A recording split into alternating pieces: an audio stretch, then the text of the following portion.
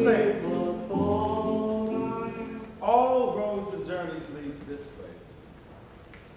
The rising and lifting, and the falling and catching of that unknown sense of self before it crashes. While internal landscapes are exposed and revelation sells behind hills of illusion. Dare you lean closer as you, with your distractions, your rivers of resentment, your childhood traumas are held at bay as you see yourselves mirrored in these tortured souls. Like them, we may all find grace.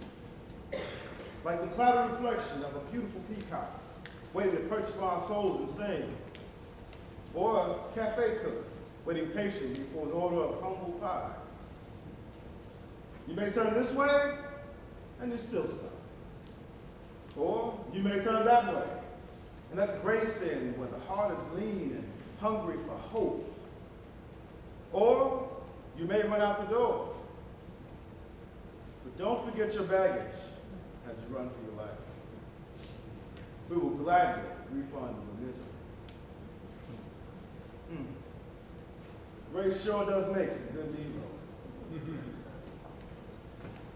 Which grace is he talking about? The cook herself or the mysteries that lie beyond what the ear can hear and the eye can see? I'm having a hard enough time keeping track of who's coming and going. Nice to see this place doing such brisk business, times being what they are. What times might those be, ma'am? Sir? Hard times. Hard times come again no more. Let us pause in life's pleasures and count its many tears, while we all sob sorrow with the poor. There's a song that will linger forever in our ears. Oh, hard times come again no more. I often imagine Grace arriving like the tooth fairy, the one that brushed a quarter with glue and glitter and slipped it under my pillow. I still wonder how she did it. Whenever I would ask Mama how, she would close her eyes and smile. I'm just as surprised as you.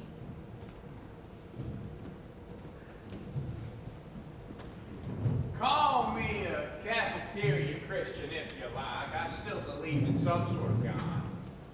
Maybe not a Flannery God that's full of grace, but a persona.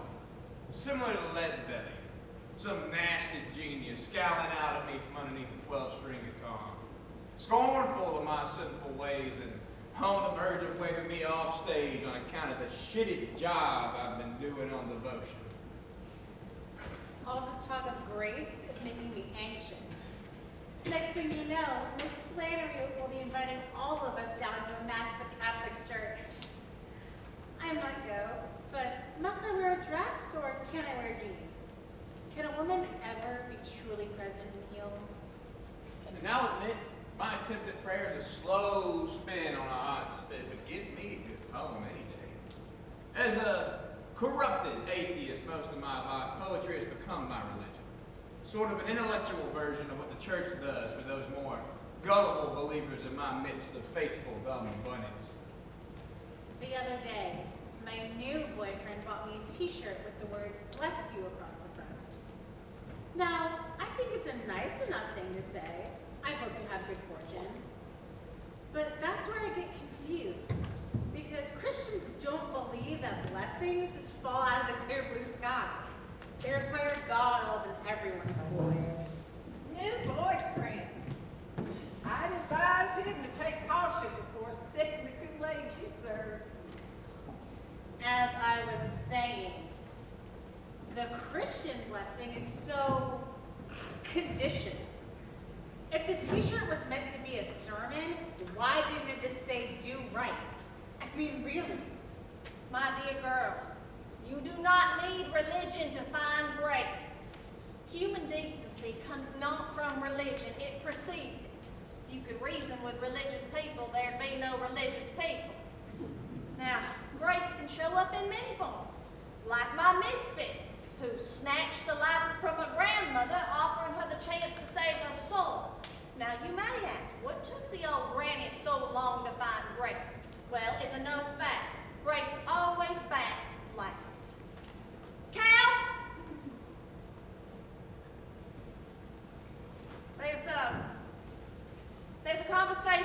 when I need to have. Now, can't you see we have a situation here? Situations come and go. Now's as good a time as any. We can talk after we close. No, we can't. This is important. I am not long for this world, and I need someone to take over the cafe, and I need that someone to be you. Flannery, I No, can't. hush.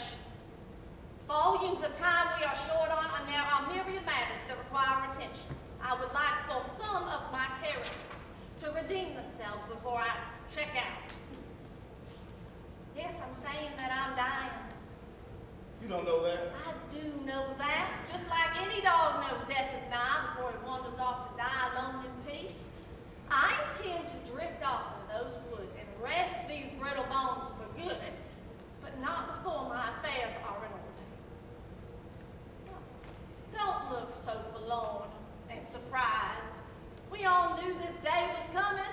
I figured some of you would welcome the news. You're like my peacocks. Over time, your attitude towards me have not grown more generous. See there, Silas? If I appear with food, they'll condescend if no other way can be found. If I appear without food, I'm just another object in the way. Does this mean the kitchen is closed? Because I thought I saw some banana pudding floating around here somewhere. Redemption is bullshit. Grace is a dream, false promise. Don't listen to some old woman just dying before our eyes.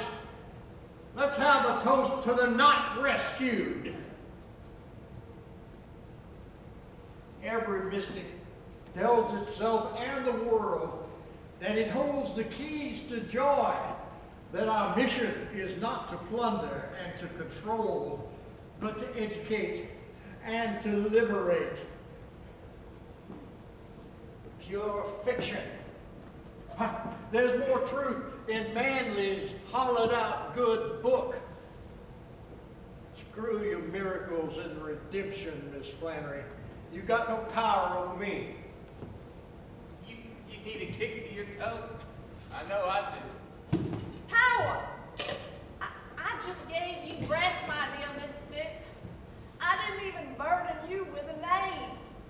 Forgiveness is between you and God. I'm just the hitman. My job is to arrange the meeting.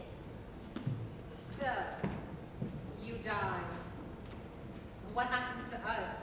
I swear y'all are thick. I don't see how any of this applies to me. I am already dead. I suppose I am damned to continually lose my cat and have to put up with the presence of that creature. Creature? When my gun barrel was pointed at you, you called me your child. Miss Flannery ain't talking about dying. You all have to go on with the task of living.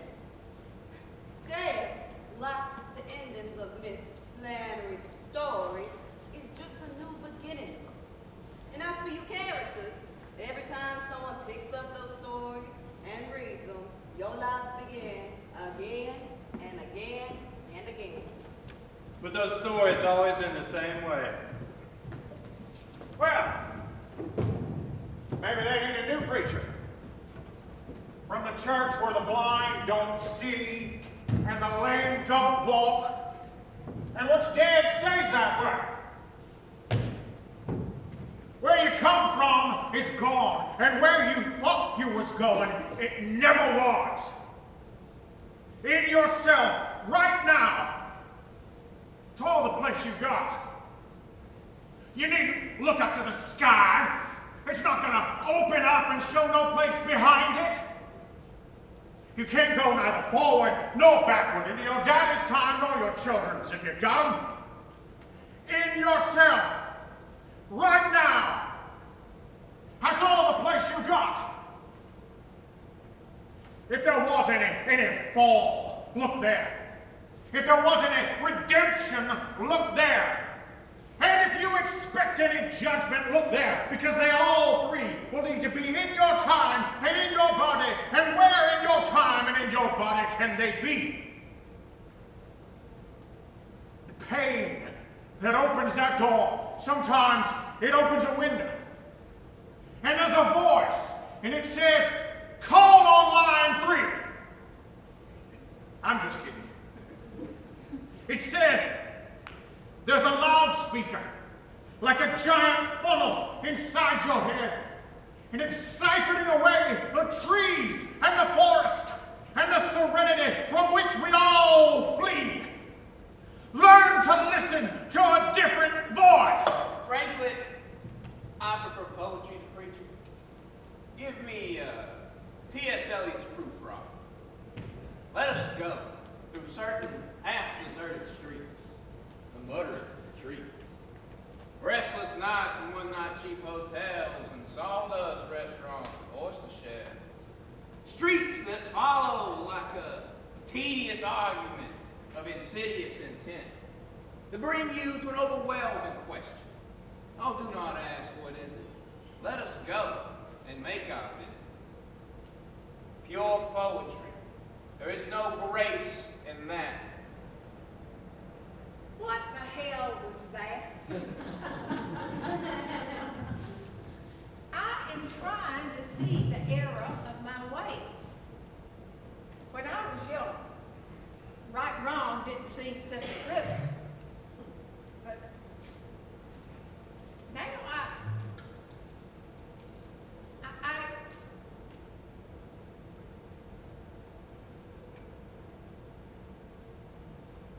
confess that I am a liar.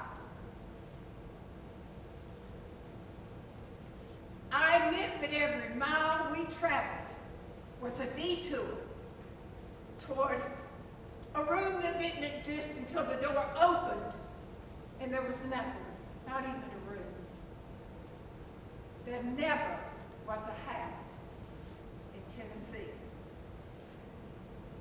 No matter where I turn, no matter where we turn, we are rooted in the absence of what we think is real. She still doesn't get it. Takes 2 to the chest and still is deaf, dumb, and blind to the manners and mysteries of the world. You begged for no one when he had that pistol pointed at you. Not your son, or his cabbage-faced wife, or those monstrous little offspring. Not even your precious cat. No one but yourself. Even Manly was able to catch on to your errors, passing judgment and expounding about how being a woman is the greatest virtue of all. You had your moment of grace. Have you learned nothing from your own death? Don't forget she snuck that cat into her purse on that trip to Florida and didn't tell a soul. Cat's what got y'all into that mess in the first place. Oh, that cat didn't dump them into trouble. A cat senses bad energy. You give them a kind gesture, they may or may not answer. You approach them with a face of springtime like you're the wise master. You can't fool them. Cats always know. Well, say what you will about that killer there, at least he is consistent. We die, folks. It's a tragic fact of life. I've yet to meet a living soul whose disposition would not be improved by a sit-down with Brother Death. Hell, we're all dying every day. I won't live long, so I need a quick miracle to redeem my past. Damn! This pudding is good! We are not talking about miracles here. We're not talking about erasing the past or some view of perfection. Every wound has its use. Every mistake, every disappointment, is pain that opens the door to grace. Now that you mention it, I've been talking with trees at night, their leaves swarming the black air, stars blinking in and out of heart-shaped shadows. I even took to howling at the moon, half-lit and barren, stuck like a beach ball between branches, whispering, is grace in the air? Mist? Dust? Light? I don't know about all this, excepting there are no miracles. All the drunks and sleeping babies unscratched in car wrecks, and how friends swore my brother was saved, even without wearing a seatbelt, because he was thrown clear into a soft pasture. He made it home alive, which proves there's a God in heaven that loves us. Maybe he'll replace my missing arm. Give me a sign. I need a place to send my voice, a direction, a purpose, someone to love. I need a place to rest. Say anything, I'm listening. I'm ready to believe, even lies, I don't care. I need a sign, maybe a burning bush. Maybe grace already spoke to me, but I didn't hear. I suppose God comes to your window, all bright with gold wings, and you're just too tired to open it. I'm looking for a sign too. One that I can even read. Telling me how to get back on track. Telling me how to forgive myself for taking advantage of that deaf girl and her mama. Telling me that the life I saved must be my own. That heaven on earth is waiting for me. And that pain opens the door. You humans make everything so complicated. Drama, drama, drama. If you want to learn to let go and be happy, just watch what cats do. We'll teach you to dance as naturally as falling asleep. We'll teach you to greet the morning by stretching out long. We are sent here to help humans. Those poor creatures with only one life to live. We cats know fear tramples humans. Your deserts and desolations are roads we travel in tandem to smooth your broken places more tenderly than any mother. Ours are the voices that decree, that beg for your anguish to end, but you never listen. You kind of suck at being comforted. When you suffer, we suffer. So comfort us by being comforted. It's a choice. Your punishment can end at any time. Grace is there for the taking.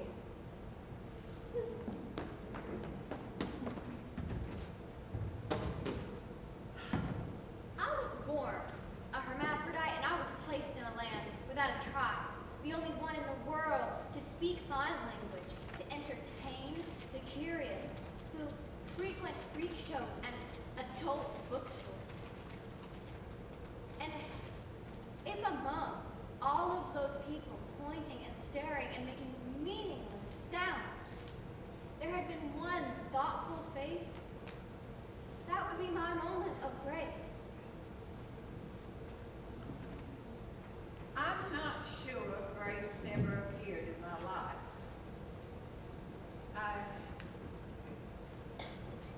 I just don't know that I've ever seen grace. Maybe it was when I started calling everybody sweetie. Or perhaps it was when that gun was held to my chest and I understood what was really important. Now, I wish I had been kinder to my family, to my neighbors, to Darlene at A&P with her pimply face and plastic name tag and bird-like voice.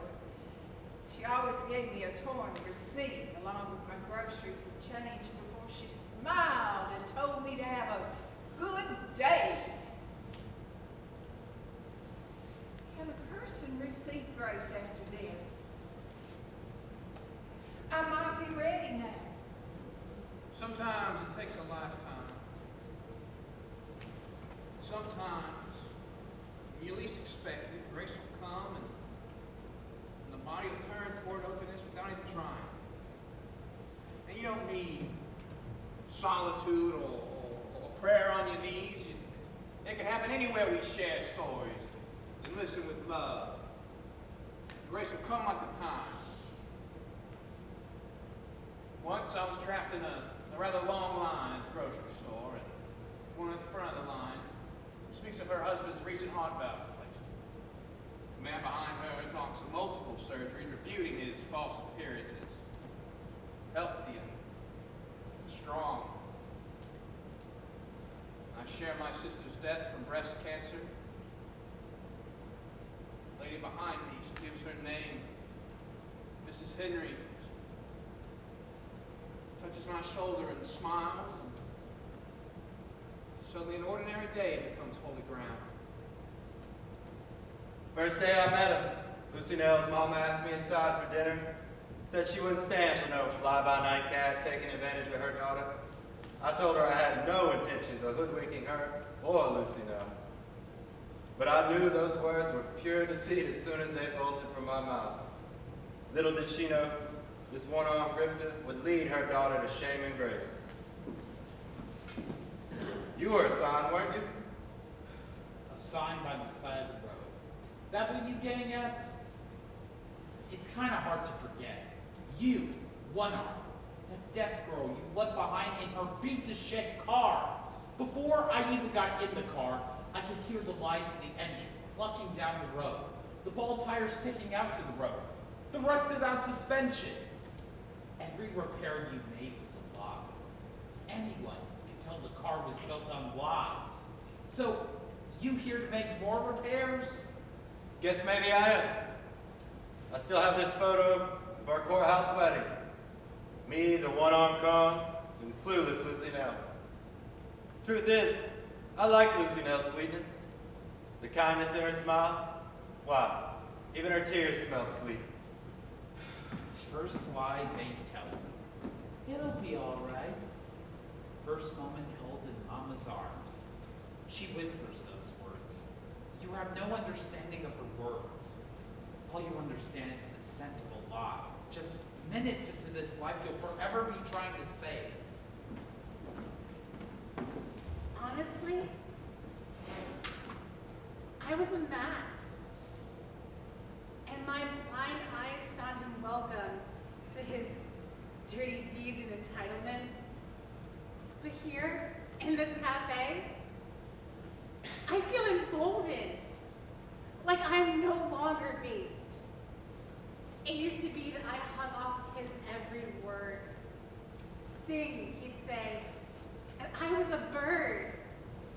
Freedom, he would say, and while I never truly understood what it meant, I loved the way that it sounded.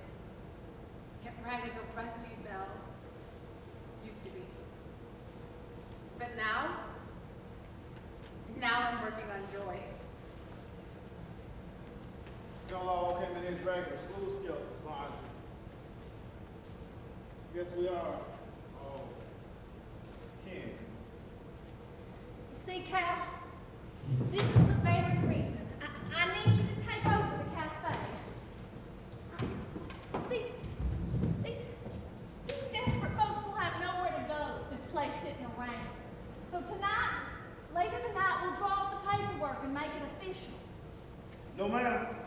Come again. I'm not taking over your cafe. Stop playing with this 2 weeks notice nonsense. It's no nonsense.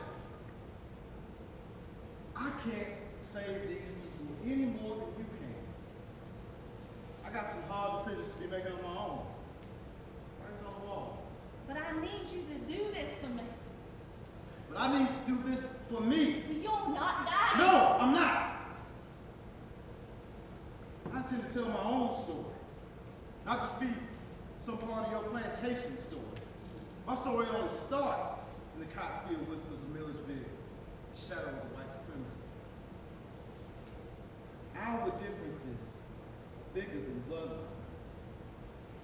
Besides, right, like it's not a scandal for a black man to be running a white woman's cafe. I might get shot, lynched, burned at the stake. Hell, all three. So what, you'll just have me close the doors and then put a for sale sign on the window? Nope. Don't give it to Grace.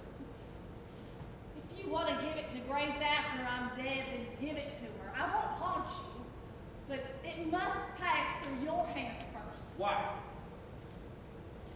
Because What's the matter? Ladies and gentlemen, you've just been witness to her first. Miss Flannery O'Connor at a loss for words. Problem is, you got no real reason not to give it to Grace. She knows what these people want to eat and how to feed them. So, where will you go? I'll do you the favor of escorting you to the woods, and then I'll keep going. Well, this has all been a lot of fun, but I'm feeling a little anxious. And look at the time. Oh, good Lord, not again. The old woman was right. He has come here to kill us all. Not all of you, just one. You don't have to do this. That's not him. She, he, either one's fine. She's right. We're finally getting to the bottom of things around here. There doesn't need to be any killing. I don't have to do anything.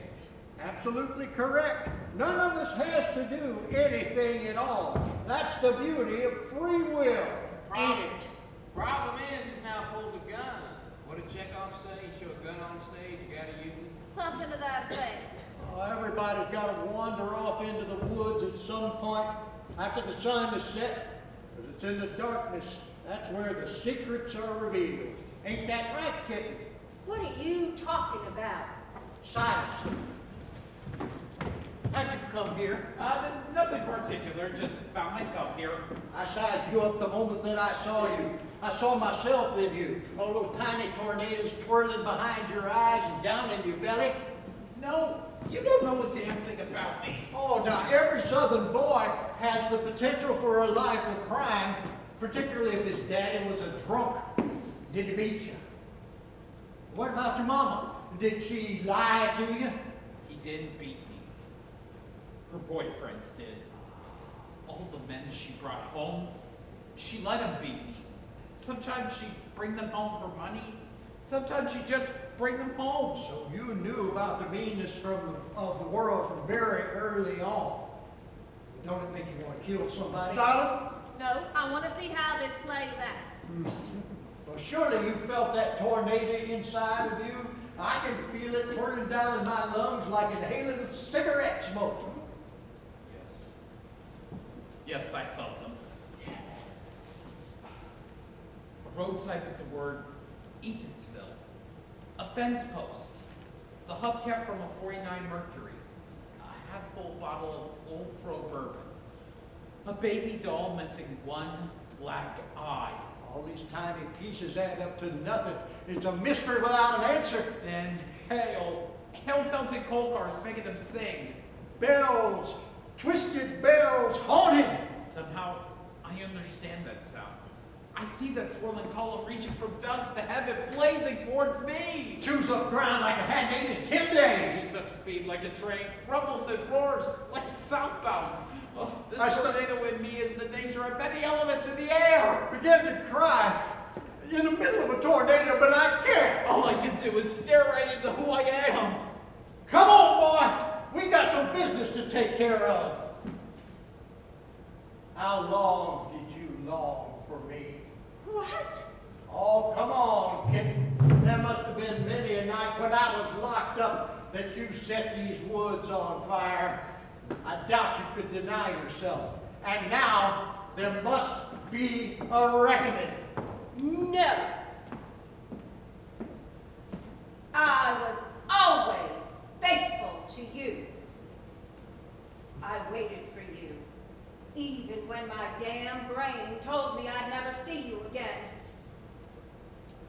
My heart defended you. And this is my reward. To be put down like an animal in front of all these people. Oh, darling, I'm not going to put you down. Silence is. All of your words are hollow, which make all of your actions hollow. You don't even believe them anymore. The crime is not killing her. It's that she loves you. Always. That is the epiphany you run from. You can let all this go. Put your burden down.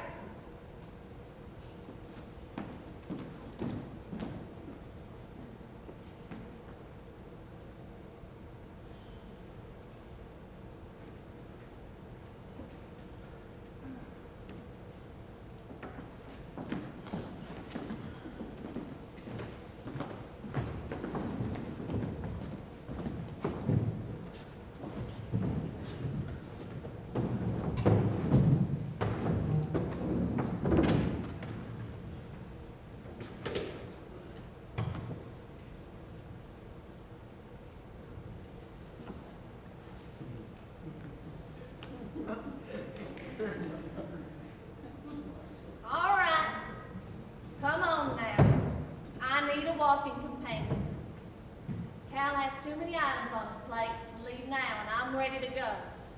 Let us stroll into the woods and smell the wisteria and face the mystery together.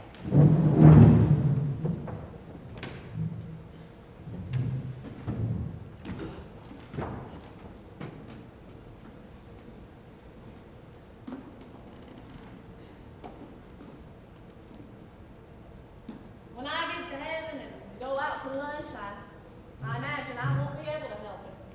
Won't stop wiping down countertops, brushing the crumbs from the bottom of ketchup bottles, cleaning the chunky rim around with a napkin. Pull my habits of an old cafe on a fade, but they are not forgotten. Routines of old waitresses die even harder when they're laid out in that cheap cardboard coffin with their lacy blue varicose veins, arches falling like grand cathedrals, female Quasimodos with their grotesque hump spines after years of heft and trace. I suppose that's the business we're in. When we get to heaven, we'll have smiles on our faces. Feet up, dancing shoes shine, wispy hairnets peeled back and tossed in the trash, perm strands snagged in the knots. You'll have an open casket with this full of roses, but it's my hands you'll stare at. Fingers scarred, still inflamed, muscles thin between the knuckles, rigid useless after lupus, even at the typewriter. You'll remark at my gnarled wings, folded at the breasts of a crippled woman, done with her storytelling, her earthly orders, having poured the day's dark brew into the last bottomless cup, finished with mice in the rice bags and roaches in the walk-in, and eyes sealed shut, forever deaf to the clatter of grace the cook, cries the living. I am unleashing all my children, letting grace breathe into the silence. And to you, dear audience, when you can bear it, let grace in. She can teach you to glean the good from anything, pardon anyone, even yourselves, awash as we are in her arms. My atoms will still be out there, minus my grief and physical pain, my atoms of sardonic laughter and cruelty, my lies and lilies, atoms along the driveway,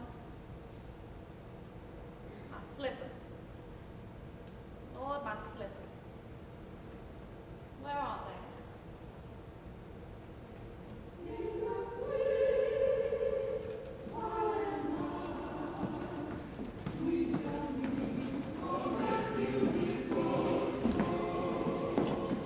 There's a land that is fairer one day, and by faith I remember we can see it. this cafe, and that old window air conditioner would come on. Sounded like Flannery, sighing, clearing her throat. Then after she died, turned it on and shuddered. Looked up halfway expecting to see a ghost. Hear her knees creak, gnarled knuckles pop. Hear her laugh as she gargled and spit salt water in the kitchen sink while I grimaced.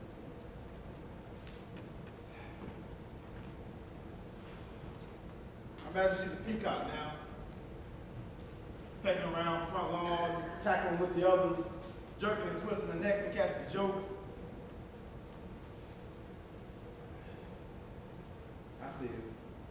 The eyes staring out from the live oak, rivers of her hands, those goat's ankles. I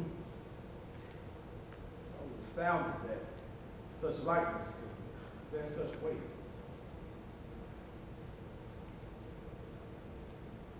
Those were the days.